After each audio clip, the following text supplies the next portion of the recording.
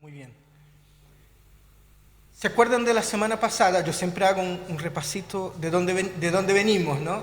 La semana pasada nosotros hablamos sobre la terquedad y cómo ella nos puede llegar a alejar de Dios, ¿no es cierto? Vimos que un corazón terco analiza a Cristo desde todas las ideas que Él tiene respecto a todas las cosas, pero que en cambio un corazón entregado a Dios analiza las ideas que Él tiene de todas las cosas a partir de Cristo Jesús. Y también vimos un poco el tema de la intercesión de Moisés hacia el pueblo, por el pueblo de Israel, y nos dimos cuenta que contrario a como nosotros a veces estamos acostumbrados, Moisés intercedió por los malos. Y también vimos que Jesucristo hace lo mismo, y por tanto somos llamados nosotros también a actuar así en nuestras vidas. Y hoy vamos a seguir viendo Deuteronomio desde el capítulo 9, verso 22, hasta el capítulo 10, verso 5. 9, 22 al 10, 5. Más adelante vamos a leer una porción de este pasaje. El texto aquí comienza con Moisés afirmando, recordando la desobediencia y la falta de confianza del pueblo nuevamente en distintos lugares geográficos en su peregrinación, reclamando por diferentes cosas, siendo mal agradecidos y rebeldes. Y la molestia de Moisés por la actitud del pueblo llega a tal punto que en el verso 24 dice así, los que tienen Biblia, en el verso 24 es muy cortito, dice así Moisés. Es como si estuviera ya, perdónenme la expresión, chato, ¿no? Moisés dice, desde que los conozco han sido rebeldes al Señor. Y con exclamación, entonces como, ¿saben qué? Desde que los conozco han sido rebeldes al Señor, ¿no es cierto? Y de los versos 25 hasta el 29 se sigue entregando entonces más detalles de la intercesión en pos del pueblo frente a nuestro Señor. Y Moisés pide a Dios entonces que Dios no destruya su propia heredad, porque ese pueblo que está debajo de la montaña, allá abajo, mientras ese está arriba de la montaña, Moisés dice, ese es tu pueblo. Y pide a Dios que no lleve en cuenta su maldad y su pecado, porque puede ser incluso que otros pueblos digan que Dios no pudo llevarlos a la tierra que los había prometido, y que como los aborrecía, entonces a lo mejor los sacó para que simplemente murieran en el desierto. En ese sentido, parece que la suerte de los pueblos, aquí en este tiempo, estaba vinculada al poder de los dioses. Parece que se miraban, analizaban al pueblo de al lado. Y decían, ese Dios parece que no es tan poderoso, porque a este pueblo le falta ser bendecido. Y este otro pueblo lo mismo y así, ¿no es cierto? Pero la verdad es que nosotros a veces, en la actualidad, también actuamos así. Nosotros muchas veces nos vemos midiendo a Dios por los actos que Dios tiene. Entonces, ¿estamos de bien con Dios o estamos de mal con Él? Dependiendo de las circunstancias por las cuales voy pasando en la vida. Entonces, cuando actúo así, termino viviendo como un niño amurrado. Amurrado se dice amurrado, ¿no es cierto? ¿Cómo es un niño amurrado? Como siempre está como, todo está mal. Y anda como enojado. Y como, ¿cómo estás, hijito? ¿No es cierto? Y nosotros a veces vivimos así también. Entonces nos vivimos preguntando, ¿quién no ha escuchado la frase? ¿Por qué Dios permitió esto? ¿O por qué Dios permitió esto otro? El ejemplo usted tendrá en su cabeza. Pero lo que nosotros realmente debiéramos de preguntarnos es, ¿para qué Dios permitió esto? ¿Para qué Dios permitió este otro? Porque la vida de nosotros es un constante caminar. La vida no es estática. La vida no es una cosa congelada. Y todos los días son diferentes. Y efectivamente hay días buenos, pero también hay muchos días que son malos. Y en los días malos, entonces yo los invito a que preguntemos, ¿para qué está sucediendo esto en este momento? ¿Para qué? ¿Qué hago con esto? ¿Y por qué Dios me hizo esto? ¿Y por qué estoy pasando esto hoy día? Realmente no entiendo. Porque, o hablamos de otro, ¿no? Qué triste lo que le pasó. No lo merece. ¿Es tan bueno? Bueno, pero frente a lo malo que lo pasó al otro, pregúntate tú, ¿qué puedo hacer por él? ¿Podría ayudarlo? Y si puedes, anda y hazlo.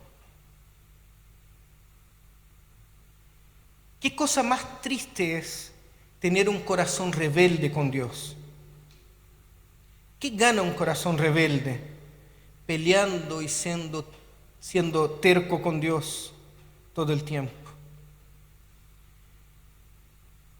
Miren, mientras Dios ama a esta gente, acá, a este pueblo, y se preocupa de sus vidas, y actúa con misericordia y compasión constante, el pueblo lo que hace es reclamar y pasar todo el tiempo se preocupando de lo que no tiene, al invés de sí agradecer por lo que sí tiene de parte de Dios.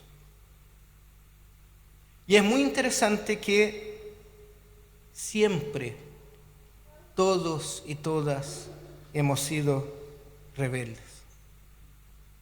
Nosotros podemos perfectamente tomar lo que dice el verso 24 del capítulo 9 y leerlo hoy como si fuera para nosotros. Y el apóstol Pablo viene a afirmar eso en la carta de Romanos. Yo les voy a leer. No va a aparecer acá. Yo les voy a leer, es cortito. Miren lo que dice Romanos capítulo 3, versos 10 al 12. Así está escrito: no hay un solo justo, ni siquiera uno. No hay nadie que entienda, no hay nadie que busque a Dios. Todos se han descarriado, a una se han corrompido. No hay nadie que haga lo bueno, no hay uno solo. Y la verdad es que muchas veces nosotros pensamos que Jesús, la persona de Jesús, es un Dios que como que le gusta andar con los justos, pero que aborrece a los injustos. Para muchos Jesús ama a los que son buenos y lo obedecen, pero obviamente solo quiere el mal para los que son malos. Como si Jesús fuera, y perdónenme que lo diga así con esta expresión, pero a veces actuamos o vemos a Jesús como si Jesús fuera así como un tipo buena onda. Jesús tiene palabras de amor y compasión. Jesús es el que invita a que nos amemos unos a otros, que nos perdonemos, que nos cuidemos. Como que es buena onda Jesús. ¿Quién va a estar en contra de Jesús? Conocemos a alguien que diga, no, yo te voy a hablar mal de Jesús. Mira, 1, 2, 3. Un hombre que llega hablando de amor al prójimo, que habla de perdón, misericordia.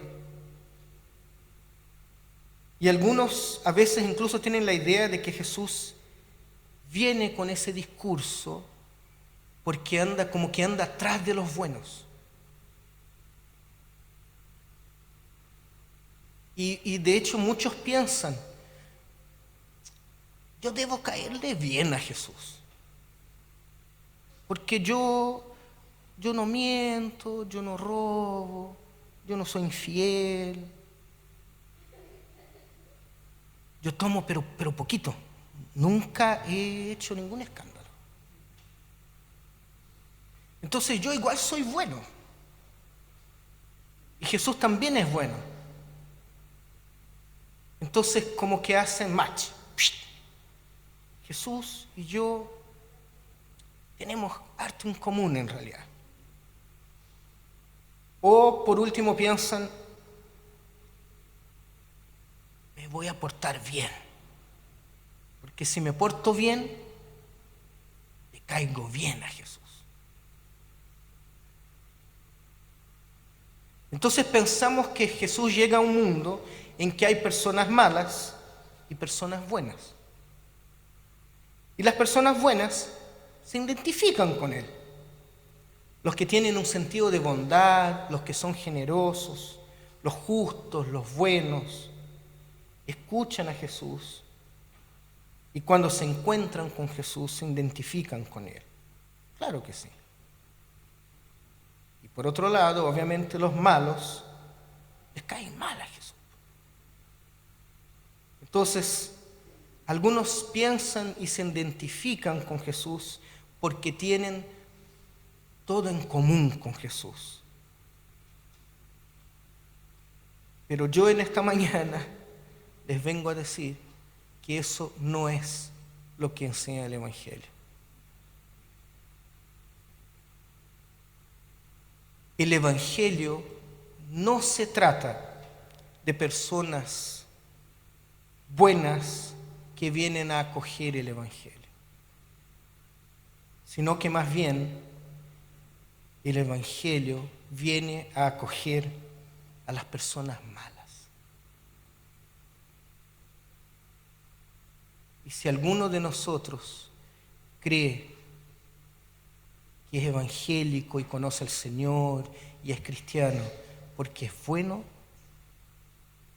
yo les vengo a decir que no.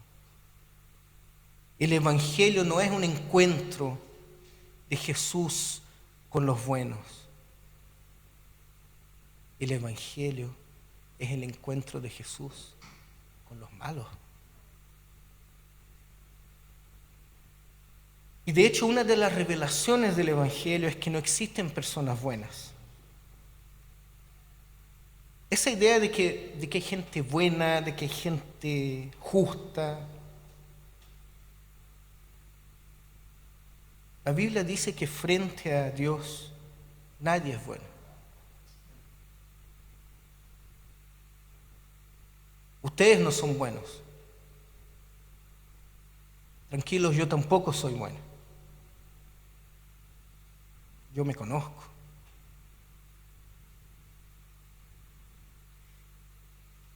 Y si alguno de nosotros en algún momento nos creemos buenos, algo está un poquito mal. Recuerden que los fariseos se creían buenos. ¿Ustedes sabían eso? Porque uno cuando habla de los fariseos normalmente Los ven como un poco ogros así. No, los fariseos. Con razón Jesús los trataba como los trataba. Oye, pero si los fariseos eran los buenos de la película. Los fariseos de hecho se creían buenos y justos. Era gente muy... ¿Ustedes sabían que los fariseos eran gente muy, muy correcta? Muy correcta. Gente muy cumplidora. Gente muy caritativa. Pero pareciera, al leer los evangelios, que Jesús en su tiempo, para el momento que estuvo acá, ignoró a los que se creían buenos y acogió a los que eran malos, a los despreciados, a los desechados. Jesús pocas veces entró en un templo. Y una de las veces que lo hizo fue para volcar las mesas. Porque ese templo había perdido el sentido. Estaba vendiendo la fe. En cambio fue y dignificó allá afuera, allá en la calle, a la prostituta, al ciego, al leproso.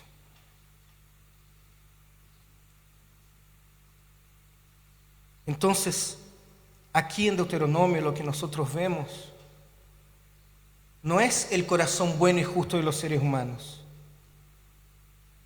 Y eso no es lo que movió a Jesús en misericordia tampoco, sino que la gracia de Dios en beneficio de los corazones pecadores. Y seguimos entonces con los 5 primeros versos del capítulo 10 de Deuteronomio. Eso sí los vamos a leer y los vamos a proyectar.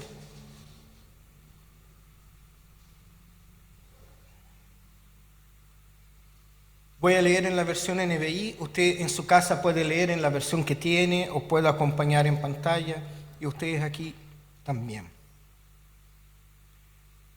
Dice Deuteronomio capítulo 10, versos del 1 al 5. En aquel tiempo el Señor me dijo, talla 2 tablas de piedra iguales a las primeras y haz un arca de madera. Y después de eso, sube a la montaña para que te encuentres conmigo. Yo escribiré en esas tablas las mismas palabras que estaban escritas en las primeras y después las guardarás en el arca. Moisés dice, hice pues el arca de madera de acacia y tallé 2 tablas de piedra como las primeras. Luego subí a la montaña llevando en mano las 2 tablas. En esas tablas que luego me entregó, el Señor escribió lo mismo que había escrito antes. Es decir, los 10 mandamientos que les dio a ustedes el día en que estábamos todos reunidos en asamblea. Cuando habló desde el fuego en la montaña. Y enseguida, termina el verso 5, bajé de la montaña y guardé las tablas en el arca que había hecho.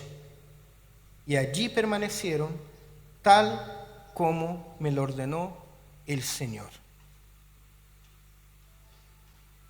Nosotros lo que vemos aquí es que frente a la actitud rebelde y terca del pueblo y frente a la intercesión de Moisés, la respuesta de Dios no se restringió al perdón del castigo del pueblo. El pasaje incluye, ojo, el pasaje incluye en la respuesta de perdón de parte de Dios una renovación con el pacto, una renovación con la alianza. Dios, frente al pecado del pueblo, lo perdona, pero no lo deja a merced de sus propios intereses, de su propia voluntad. No lo deja a merced de sus frustraciones, de sus caprichos, sino que el perdón de Dios viene acompañado de la voluntad de Dios. Y voluntad aquí, que es entregada en piedra y en letra. Entonces, este perdón de parte de Dios es un perdón en el que la vida de este pueblo va unida a la voluntad de Dios y no a la voluntad de los seres humanos. Si fueran por ellos, seguirían con el becerro de oro. Y fíjense que no se dice nada acerca de las acciones y de las cualidades, ni de la persona que ora, ni de aquellos por quienes la persona ora. Moisés no argumenta. Dice, mira, yo te voy a pedir que tú me escuches porque, espérate, estás hablando conmigo. Moisés simplemente clama a Dios. Moisés sabe que ni él ni el pueblo, que es beneficiario de la oración de él, tienen mérito alguno para recibir la misericordia que reciben de Dios. Y el papel de mediador no es el de andar juzgando.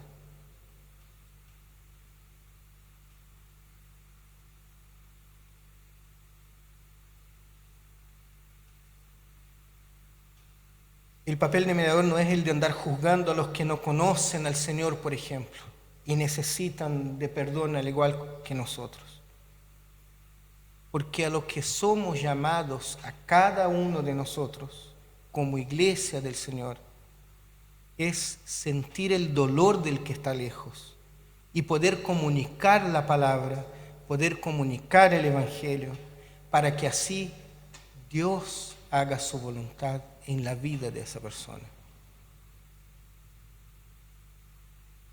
Entonces, aquí una vez más queda claro que el carácter de Dios, su propio ser, su gracia e infinita misericordia son las únicas razones por las que el intercesor se atreve a pedir perdón en favor del pueblo. Y esas son también entonces las razones por las cuales Dios perdona al pueblo y sigue perdonando a nosotros hasta el día de hoy. Y también es necesario, aquí ya terminando, destacar que las tablas, la ley, los mandamientos son primordiales, son necesarios para que haya comunión con Dios. La destrucción del pueblo por su rebeldía y terquedad tiene mucho que ver con dejarlos privados de su palabra. Y eso se ve claramente en el hecho de que cuando Dios rescata al pueblo, lo primero que hace es darles su palabra nuevamente. Les da nuevas tablas. Porque carecer de la transmisión de su palabra es condición de destrucción del pueblo. Pero la respuesta de Dios a la intercesión de Moisés es dar nuevas tablas, es dar su palabra de nuevo. Entonces, el que ha alcanzado y comprendido la salvación de parte de Dios y el que anhela vivir una vida confiando en Dios, con su vida entregada completamente a Él, reconoce entonces el perdón inmerecido de Dios, tiene y anhela la palabra de Dios y busca vivir conforme a ella, haciendo el bien en todo el tiempo, no porque es bueno o porque entendió que eso es lo que quiere Jesús, sino que entiende que no le queda otra que hacer el bien.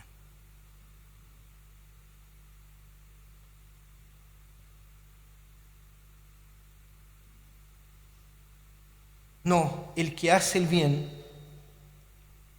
es el que primeramente reconoció su maldad, pero es el que también reconoció en el Cristo que ha recibido perdón de Dios.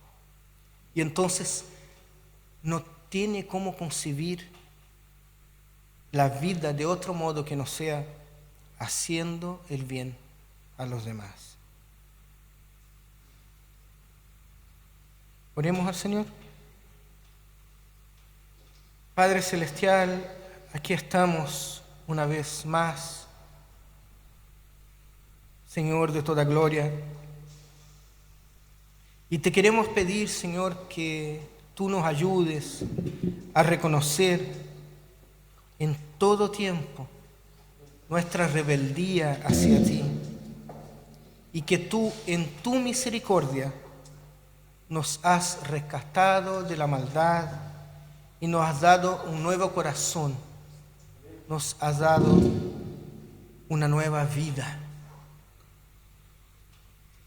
Y ayúdanos a tener siempre en cuenta, Señor, que somos llamados a guardar tu palabra, a interceder por los demás y a hacer el bien, pero no porque somos buenos, sino que lo hacemos como fruto de habernos encontrado cara a cara con tu persona y con tu evangelio. Y porque te hemos encontrado, Señor, hemos comprendido que ya no hay vuelta atrás y que ya no hay otra forma de vivir, Señor. Porque simplemente hemos sido cautivados por tu amor.